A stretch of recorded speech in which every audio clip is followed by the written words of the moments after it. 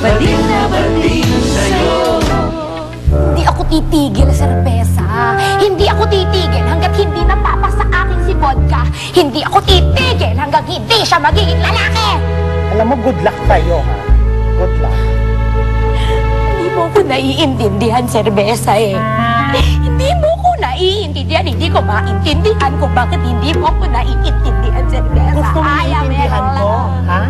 Halika doon tayo sa labas. Ipaunawa mo sa akin sa labas. Halika, dali. Yung lahat ng sama ng loob mo, ilabas mo, ganun. Don't you think we're pushing this quite too far, Vodka? I feel so uncomfortable in this. And I miss my Cora. Binasted ka na naman ni Joel eh. Hindi ako binasted. Binasted ka eh. Hindi nga eh. Hindi! Kakariring ko yan, Joel, hanggang sa bumigay siya.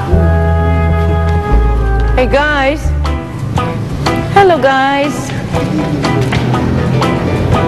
My goodness, Vodka. Ikaw ba yan? But of course, Mama.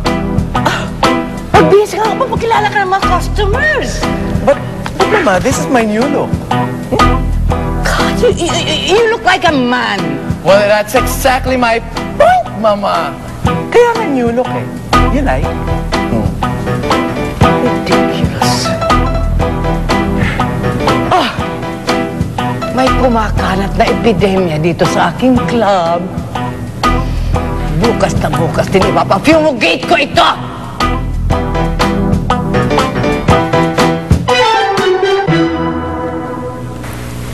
Wow!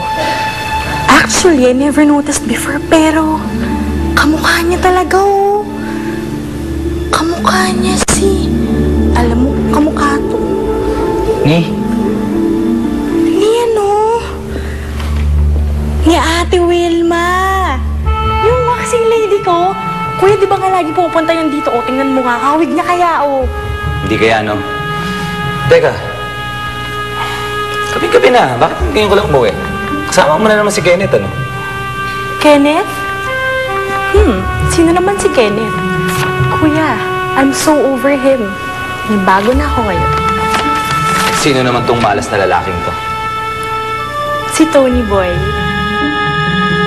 Paano na ako ngayon, Insan?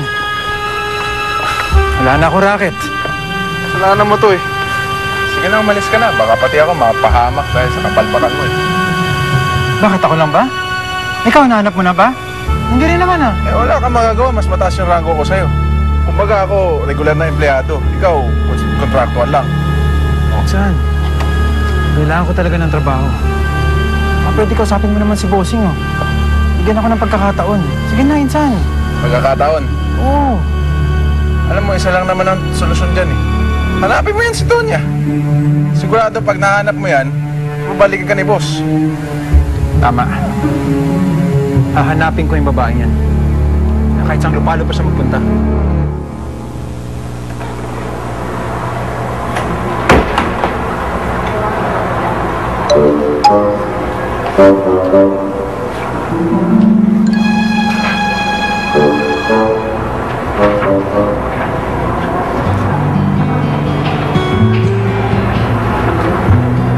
Bakit ba naman sa lahat na masasagasaan yung kapatid mo pa? Sana si Mandy na lang. Para si Mandy na lang yung nagka-amnesia, eh di nakatilimutan ka pa niya.